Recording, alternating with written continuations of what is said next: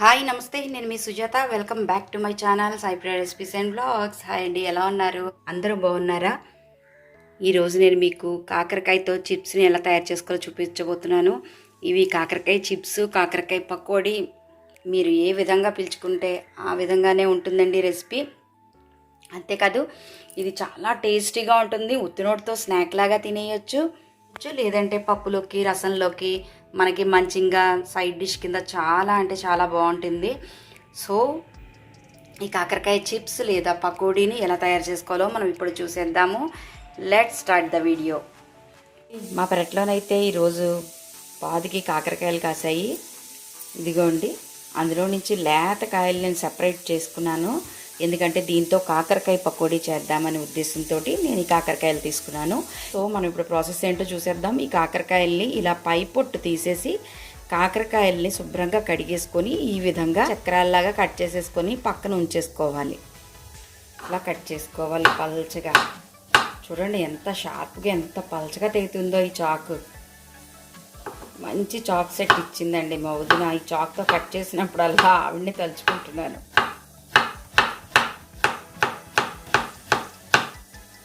ఇప్పుడు ఇలా ఒక గిన్నె కానీ లేదంటే ఏదైనా గాజు బౌల్ కానీ తీసుకొని ఈ కాకరకాయ ముక్కల్ని ఇందులో వేసేసుకోవాలి. ఈ ముక్కల్లో ఒక హాఫ్ టీ స్పూన్ పసుపు, half teaspoon salt, 1 teaspoon కారం. నేనైతే ఇక్కడ ఎండుమిర్చిని నూనెలో ఫ్రై చేసి మిక్సీ ఆడి ఇలాగా స్టాక్ ఉంచుకుంటాను, దేనికైనా అవసరం అవుతుందని. ఈ ఎండుమిర్చి పౌడర్ని ఇందులో వేస్తున్నాను. మీరైతే పచ్చికారం వేసుకోండి, ఏదైనా పర్వాలేదు. అయితే ఇది వేయడం వల్ల కొంచెం టేస్ట్ అనేది డిఫరెంట్గా ఉంటుంది, ఎక్స్ట్రా స్పైసీనెస్ అనేది యాడ్ అవుతుంది అనమాట. సో ఇలా వేసుకున్నారు కదా. తర్వాత దీనిలో ఒక 1/2 టీ స్పూన్ జీలకర్ర పొడి వేయండి. జీలకర్ర పొడి వేస్తే అరోమా అద్దరిపోతుంది, అసలు మామూలుగా ఉండదు. ఇదంతా బాగా కలిపేసుకోండి.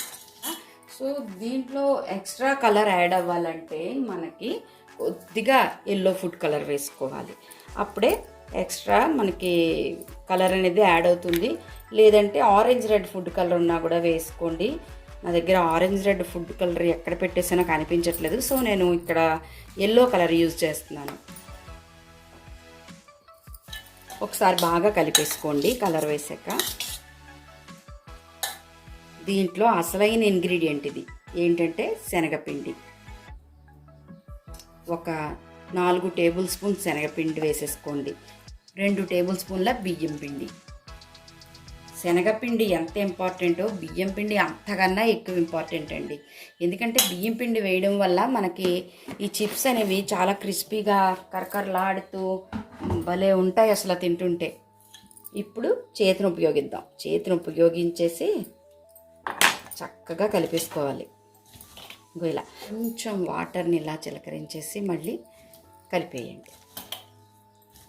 ఇంక ఈ వాటర్ సరిపోతుంది, ఇంక మళ్ళీ వాటర్ వేయక్కర్లేదు. నేను సెకండ్ టైం మళ్ళీ వేసాను వాటరు.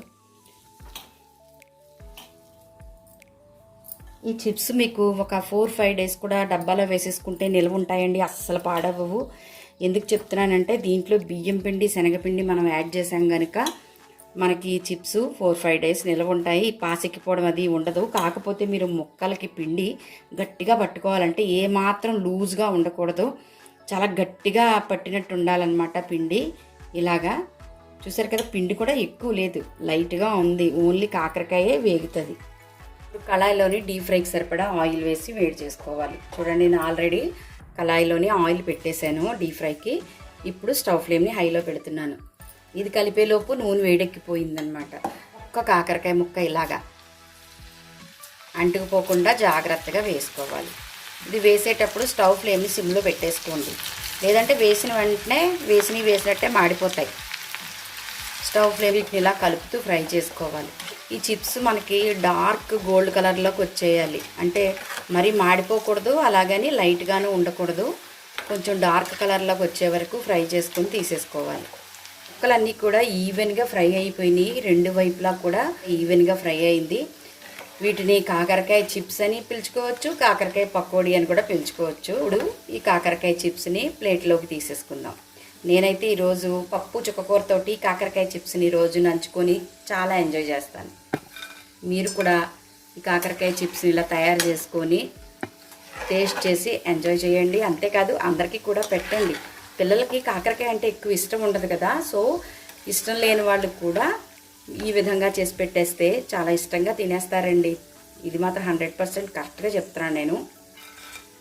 ఇదిగో చూసారా, ప్లేట్లో వేస్తుంటేనే మీకు గరగరమైన సౌండ్ వస్తుంది. అంతలా డీప్ ఫ్రై అయిపోవాలి, అప్పుడే బాగుంటుంది. మా పెరట్లో ఫస్ట్ చుక్కకూర హార్వెస్ట్ అనమాట ఈరోజు వండుతున్నాను. ఇంకా కొన్ని మొక్కలు ఉన్నాయి.